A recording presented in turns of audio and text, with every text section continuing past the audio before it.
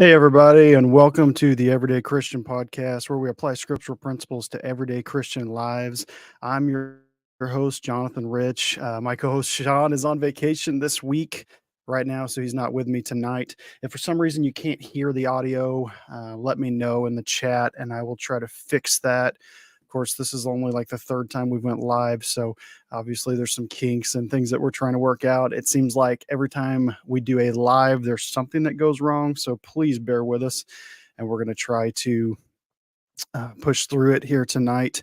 I wanted to tell you before we get started, I wanted to tell you about these awesome tumblers. The everyday, you probably can't see them very well in the light. I'll try to hold it up to the camera there. The Everyday Christian Podcast tumblers. We are selling these for only $25, shipping included. It has our cool logo on it. We also have some different tumblers with different sayings on them as well. Please check out our Facebook if you want to see more. They're $25 at shipping included. The proceeds obviously go to support our show. And if you would like to purchase one, send us a message on Facebook, YouTube, TikTok. I don't care where you send it to us. Everyday Christians at gmail.com is our website if you'd like to order those. I want to also make an announcement about our upcoming virtual youth class. It is free to join, and it will be starting in the next few weeks.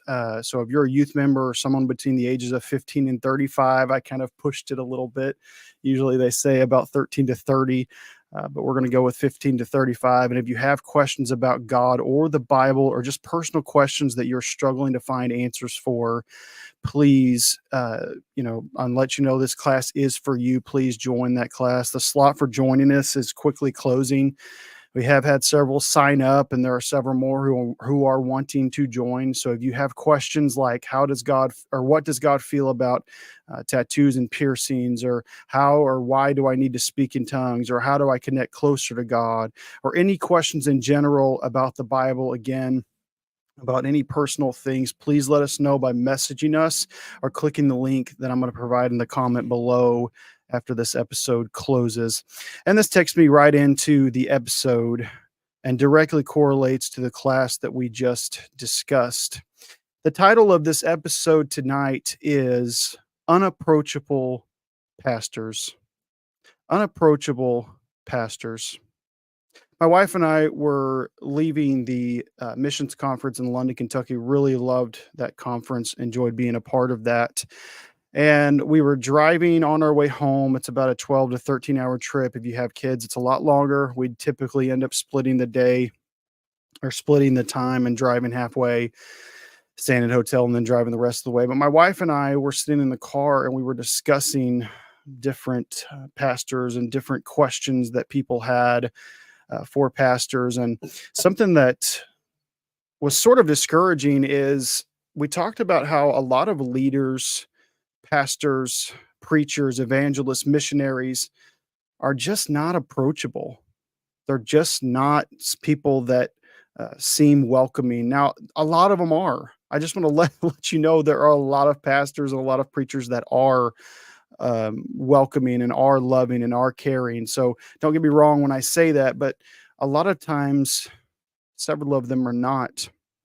And I know over the last few months, there's been several talks, messages, teachings, and blogs that have discussed members, especially youth members, who have been searching for answers to some of the deepest questions of the Bible, even searching for answers that I feel like aren't very deep questions, but they just don't know how to search, research, and find the answer to. Those people and youth ministers have been looking for answers to their questions about man-made traditions or out of context doctrines. Though several of them just get by with a feeling or an emotion and just continue in this walk, many of them eventually begin to apply logic and reasoning to what they are doing, how they are living, why they are not doing certain things, and they begin to question everything all at once. At least that's what happened to me. At least that's what I went through. Let me start this podcast by saying this. There is nothing wrong with asking questions, and if you attend a church where questions are prohibited or shut down when they're asked respectfully, then you aren't a part of a church. You are part of or the makings of a cult. I'm going to repeat that. There's nothing wrong with asking questions. If you have a question about the Bible, if you have a question you're unsure about, there is nothing wrong with that. But if you attend a church where questions are prohibited, shut down when they're asked respectfully, then you aren't a part of a church. You are part of or a part of the makings of a cult. I say respectfully because there is a correct way to ask questions and there is an incorrect way. An example would be asking your pastor a question out of the public earshot. That is correct. Asking everyone else and their mother about what the pastor said is not. There is nothing wrong with asking questions respectfully. Several of you have pastors who are approachable, who can be asked anything, and you should thank God for that. That is the mark of a true leader. I'm thankful to say I feel that my pastor is someone I can talk to about anything. I have leaders in my life that I feel I can share anything with, and praise God for that. But several of you have pastors who are unapproachable, who you still have the heart and courage to question, but it doesn't get anywhere. That is the mark of a person with a title and nothing more. There then there are some of you who have pastors who are unapproachable, but you don't have the heart or courage to approach them for various reasons. One being that it wouldn't matter anyway. There was a foolish statement shared a few months back from a preacher. I'm not going to name preachers' names. I don't care. And I'm sort of paraphrasing this anyway, but he basically said this. The gist of his thought was, people are claiming to have questions and that we turn them away, but no one has ever asked me anything. That was the statement that he made. And I want to tell you, um, if you're the preacher that said it, if you're someone who has said something like it, I want to tell you this. That's not because they don't have questions. That's because you're unapproachable. I know your pride hurt a little bit just now. I know you think you're the cat's meow. I know that you aren't used to receiving correction or that you aren't used to someone telling you that you need correction. But the reality is that there are people leaving our churches, leaving your denominations, leaving your fellowships because every time they have a question about something significant, you play it off like it isn't a big deal or you give off an attitude that is repelling. Before you say that I don't understand what I'm talking about because I'm not a pastor, I just want to share with you I've been under several pastors. I have assistant pastored. I have pastored. I am currently a youth pastor. So I do have an idea of what I'm talking about. Of course, I don't know everything. If you joined here and think that I think I know everything, I'm just going to shut you down right now. I don't know everything. But here are a few of the top reasons why you are not approachable as a pastor. Number one, it's because you make yourself unavailable. You make yourself unavailable. You fill your schedule with different things and put no effort to listen or talk to your people. You schedule camp meetings, revivals, conferences, Sunday dinners, church cleanups, church outings, but you don't set time aside for your people. You don't schedule sit downs or have lunch with, or even have unscheduled events or time with your congregants.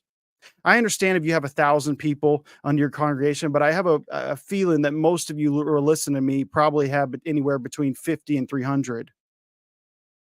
I understand some of you have several people, but even letting your people know that you have a cell phone and can be reached and being consistent with that as more than what most people do. Being available to your people is one of the most important things that you can do. It's even more important than having 100 revivals a year in hopes that God will get a hold of them and change their way of thinking. Being available to your people who have questions, who have concerns, who need answers is one of the most important things that you can do. It's even more important than having 100 revivals in a year in hopes that God will get a hold of them and change their way of thinking. You need to make yourself available to counsel people. You need to make yourself available to help your sheep who are struggling. You need to have an open door policy that starts from the deacon all the way down to the first time church member. You need to be available in order to be approachable. The second reason Why you are unapproachable is because of the way that people perceive you. It's because of the way that people perceive you or the way that your congregation portrays you. You are looked up to by many of them subconsciously as some sort of god. Some of that is their fault, but most of that, or rather some of that, is your fault.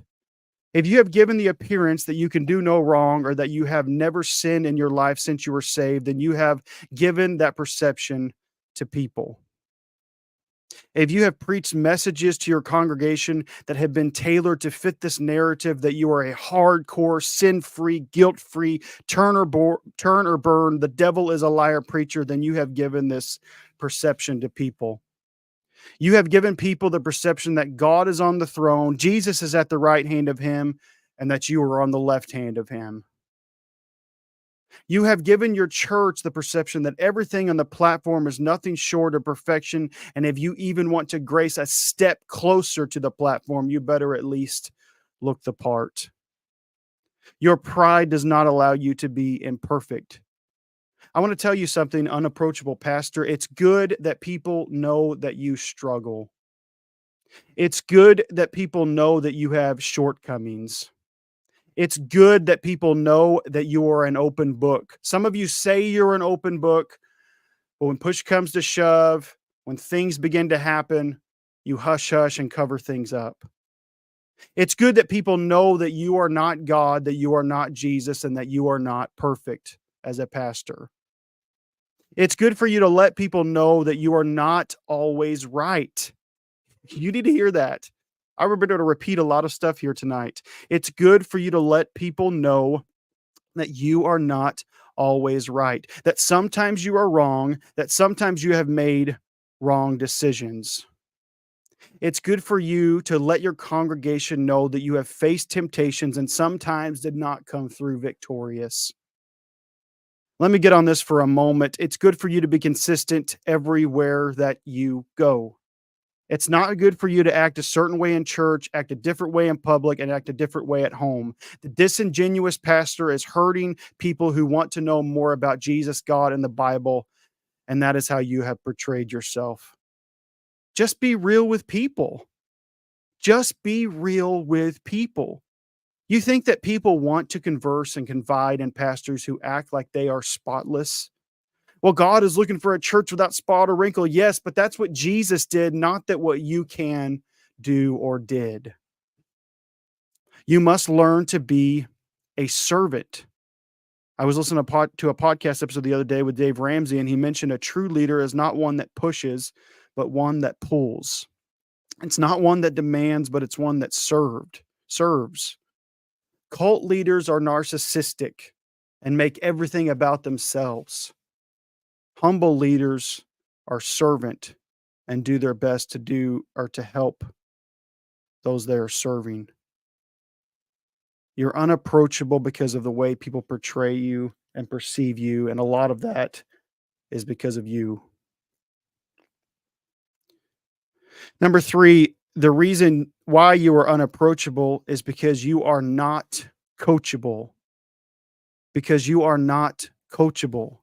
It's your way or the highway. You're the pastor of the church. What you say goes. If anyone comes against it, then they are sent from the devil. Stop it.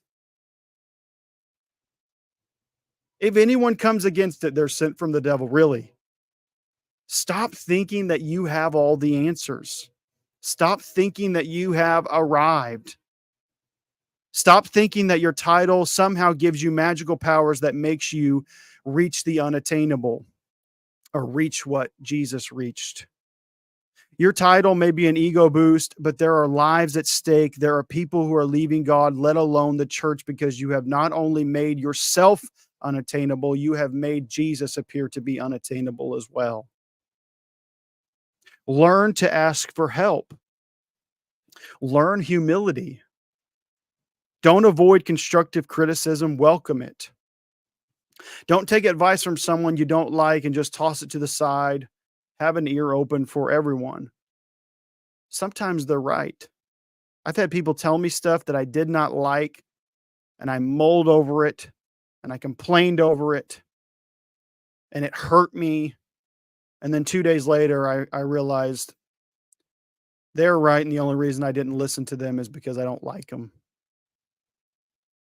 Admit when you are wrong. I can't do that. I'm a pastor and people look up to me to always be right. No, they don't. They look up to you to always be accountable and humbly accountable. One of the coaching methods that we have at my current job is listening. Don't just listen to respond or listen to hear yourself talk, but listen to understand. Listen to the reason behind the question. Listen to the reason why they are asking. Don't just listen to a reason. Don't just listen to a question and think up in your head reasons why they're asking it and think up in your head, well, I know why they're wondering uh, whether or not they can wear shorts is because they want to be immodest. Well, I know why they're wondering whether or not they can have tattoos and piercings. It's because they want to be full of the devil and do things that are wrong.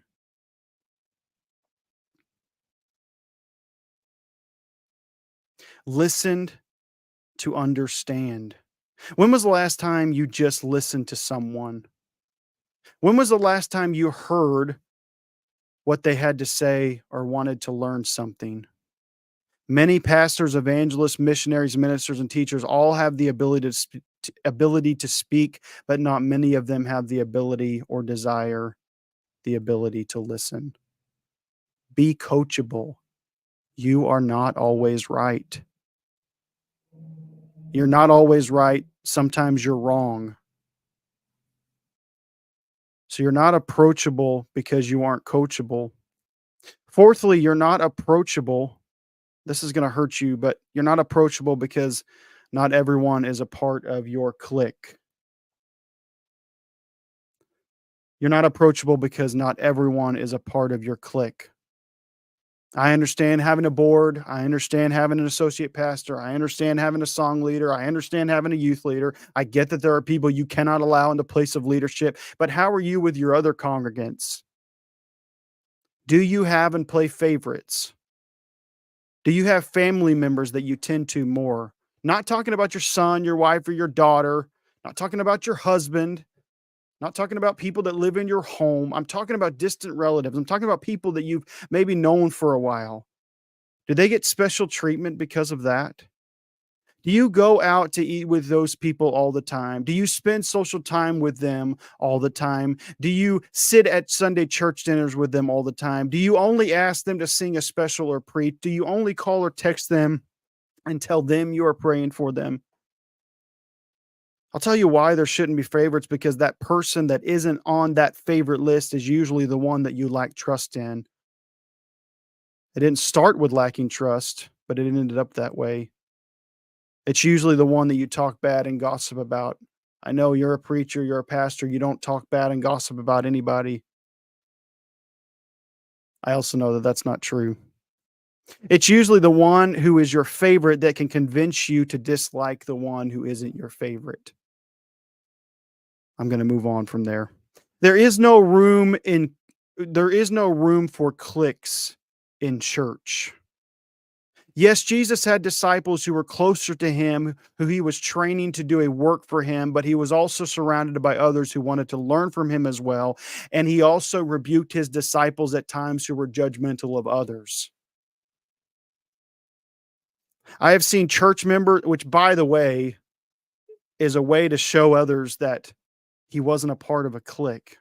I've seen church members who weren't a part of anything in the church outside of attending because they did not want to put in effort to try and join your clique. I have seen church members who eventually left because they didn't feel good enough to be included. I've seen church members give up trying to connect to their pastor because their pastor has a type and they don't fit that mold. Get rid of cliques. Get rid of cliques. Give all of your people the understanding that you are pastor of all of them, each of them, even the ones you don't really like, even the ones that hurt you, even the ones that fail you. You know, a lot of times we give up, let go of people, hurt people, talk bad about people. because they also have not arrived. They've also made mistakes. They've also failed you. But guess what? You're still the pastor of those people as well. So you make yourself unapproachable because not everyone is a part of your clique. Number 5, you make yourself unapproachable because of how you mishandled a situation prior or previously. You have had people seek counsel from you or seek advice for questions that they were grappling, and instead of offering empathy and understanding, you offered judgment, rigid doctrine, or dismissiveness. Maybe you have had people seek counsel from you, and instead of admitting you didn't know how to handle it or admitting that you needed time to think it over, you offered a genetic or cliched response or an answer. Perhaps instead of keeping the conversation or question confidential, you told others about it and breached that trust. Instead of being a beacon of hope for people, instead of trying to find the correct and biblical answer or answers, you cut people off, told everyone of what was said, or gave an answer based off of your own feelings on a matter. You want to know why people won't approach you anymore? It's because you keep mishandling them when they approach you in the first place. It's because you keep giving them what you feel is the right answer instead of what is the right answer according to the Bible. Perhaps you gave an answer to someone who trusted in you, but they later found out that you either didn't know the answer and made it up, or you didn't genuinely seek the answer and help them find it.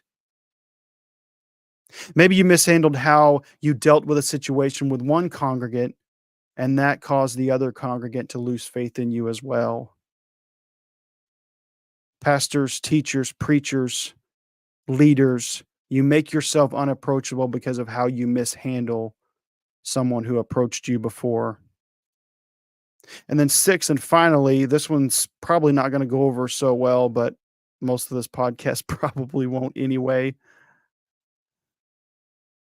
But the 6th reason why you're not approachable is because your conversations are centered around spiritual things, but never practical things. Because your conversations are centered around spiritual things, but never practical things. Now you're really gonna fall out with me, but hear me out. People are looking for practical advice. People seek knowledge more than they seek God because they have no knowledge of how to seek God. I'm gonna repeat that. People seek knowledge more than they seek God because they have no knowledge of how to seek God. They were never taught. They were never showed those things. They were never shown how to pray. They were never shown how to be hospitable. They were never shown how to work outside of the church and behave outside of the church. You are sitting at the pew talking with others around you, and you only talk about who got saved, who ran the aisle, what chapter of the Bible you read, what sermon you preached, what happened when you prayed. You're eating lunch with some of them or working at the church and talk about things that God did in the past or how many people were saved in this service, here and there, here and there. All of those things, by the way, are great things, but what about practical speech? What about practical lessons? Teens are struggling with depression. Why not talk about that sometime? You're scared. Young adults are struggling to know where to go and what to do. Why not talk about that? Why not talk about how to find the will of God? People are wondering how they can handle someone who has wronged them. Why not talk about that? Why not bring that into it? Kids are struggling with anxiety. Kids are struggling with drug abuse. Kids. Youth pastor here, remember? Hello, youth pastor. Young people are struggling with alcohol and drug addiction. And all that you want to talk about is how Susie Q got saved 15 years ago and is somehow miraculously still in your church. People are wondering how they can mishandle someone who has wronged them. Why not talk about that? Get into the spiritual bubble, or we get into the spiritual bubble where everything is great. Spiritual things are happening all around us, when in reality, for some people, things are not great. Things are terrible. They are struggling. They are hurting. And all you care about is a lesson you taught in Sunday school. Be practical. Be open. Be willing to help those who are hurting. Be willing to talk about things that no one ever talks about. We did an episode last year. It's our number one listened to episode. If you're listening, you're live here, go check out that episode. You can find us on Buzzsprout or any podcast platform of your choice. But our number one episode that we have ever done on this show is titled Childhood Sexual Abuse. And we talked about different ways to help overcome that or what you can turn to. But the surprising thing about it is that we had several church members and pastors and leaders try to stray us away from talking about those things, even though it was something that needed to be talked about. I want to tell you something. If you take this approach of being open with your congregation, of letting them know that you are not Jesus Christ, of letting them know that you're available, of letting them know that you can be coached, that you can be wrong, that you can learn things, of letting them know that we aren't in a clique or a part of a clique, of letting them know that you're sorry for how you mishandled a situation prior. You start talking about those things, you start addressing issues that people don't address or that pastors don't address. I guarantee you, you're going to have others that are against you. You're going to have congregants that leave you. You're going to have friends that you thought were going to be on your side no matter what, backstab you and talk about you. But guess what? You're going to help a lot more people than those that are leaving you. Be open to address situations you never thought you'd have to address. Just because you never thought that you would see a day where kids, teens, and adults are struggling like they are does not give you any excuse to turn a blind eye and pretend like there's nothing that can be done short of prayer. God gave us science. God gave us logic. God gave us the ability to learn and teach new things. God gave us the ability to go through things that are taboo in church so that we can help someone else who is facing those things. If you're listening to this episode and you feel like I've hit some of the points that you've dealt with or hit some of the points that you have portrayed, you haven't been the most approachable pastor, guess what? Perfect time to change right now. Perfect time to put your money where your mouth is. You say, I want to see church growth. Great. Be approachable. Many, many, many churches who are growing right now, who have congregants that are getting helped and blessed and touched by God, are there because there are pastors and people in leadership who are not perfect, who never claim to be perfect, who don't portray perfection, who are humble and not prideful. The unapproachable pastor. The unapproachable pastor. I have so many more I could go over. I could probably write a book about it. I want to thank you all for listening. Thank you all who have attended, joined in. Again, go message us if you want a podcast cup. Let me just turn that the right way. The Everyday Christian Podcast Cup, $25. That includes shipping. If you are wanting to listen to our podcast, you can find us by searching The Everyday Christian Podcast. That's The Every and Day Christian Podcast are separate. The Everyday Christian Podcast on the platform of your choice. There it is. I spelled it out and typed it just now as we were doing this episode. Or you can find us on Facebook. You can find us on TikTok. You can find us on Instagram. You can find us on just about any platform you want. We're on Twitch. We're on YouTube. We're on Facebook by searching at podcast, the number 4 him, at podcast, the number 4 him. I want to thank you all for joining us. I pray that something along here helped. Something along here challenged you. If you have a question about any of this, please message us. Please leave us a comment. Please share this. And again, if you want to be a part of the virtual class, we are about to start that up here in the next few weeks. It's starting to really make some traction. A lot of people are joining. We have limited availability there. So if you want to join that class, please message us and let us know. And like I said, you're listening to the Everyday Christian Podcast, where we apply scriptural principles to everyday Christian lives. Thank you and God bless.